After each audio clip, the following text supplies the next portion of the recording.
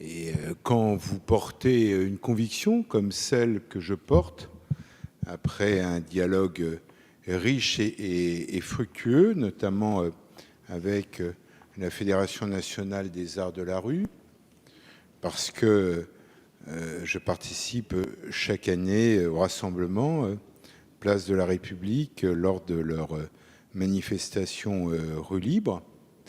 J'ai souhaité effectivement prendre l'initiative d'un amendement qui originellement visait à ce que l'État et les collectivités territoriales ainsi que leurs groupements consacrent 1% du coût des opérations de travaux publics au soutien de projets artistiques et culturels dans l'espace public. Très sincèrement, je pense qu'à l'heure d'aujourd'hui, l'espace public constitue pour beaucoup de nos concitoyennes et de nos concitoyens une facilité qui leur est offerte d'accès à la culture.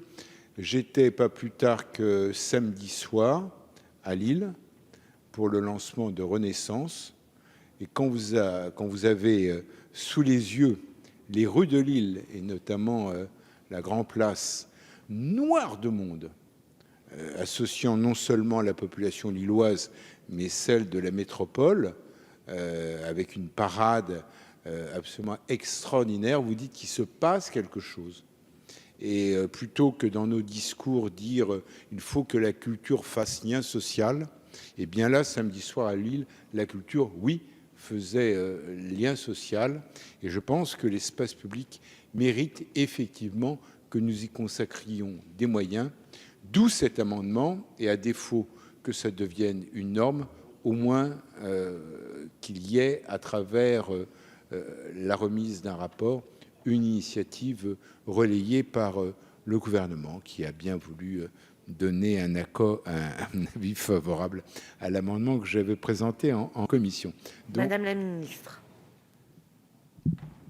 Oui, c'est un même avis et je crois d'ailleurs que le projet de loi qui nous occupe à partir d'aujourd'hui montre bien que des rapports parlementaires peuvent se retrouver dans des dispositions législatives.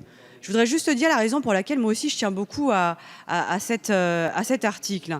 Parce que la proposition qui a été faite par le président Bloch, c'est d'étudier un dispositif qui n'est pas le même dispositif que le 1% artistique qui existe aujourd'hui, mais qui l'étendrait en réalité à l'ensemble des opérations de travaux publics, et donc qui permettrait de consacrer 1% du coût des opérations de travaux publics au soutien de projets artistiques et culturels dans l'espace public. Donc, mais moi, je suis assez convaincue, comme Patrick Bloch l'a dit à l'instant, de la sensibilité de nos concitoyens à des œuvres d'art qui se trouvent dans l'espace public. J'ai pu constater dans un certain nombre d'opérations en rue ou de rénovation ou de construction de logements HLM qui avaient fait de l'insertion de l'art ou de la culture dans l'espace public une de leurs priorités, à quel point les habitants se sentaient respectés, honorés par la présence de l'art dans l'espace public. Donc moi, je crois beaucoup à cette mesure.